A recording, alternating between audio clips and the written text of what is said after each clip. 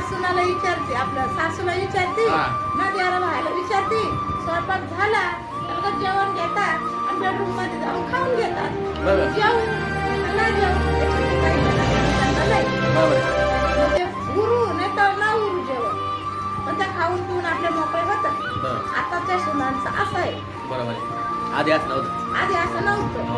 आधी पहिल्याच्या सुना प्रत्येकाचा विचार करत होत्या.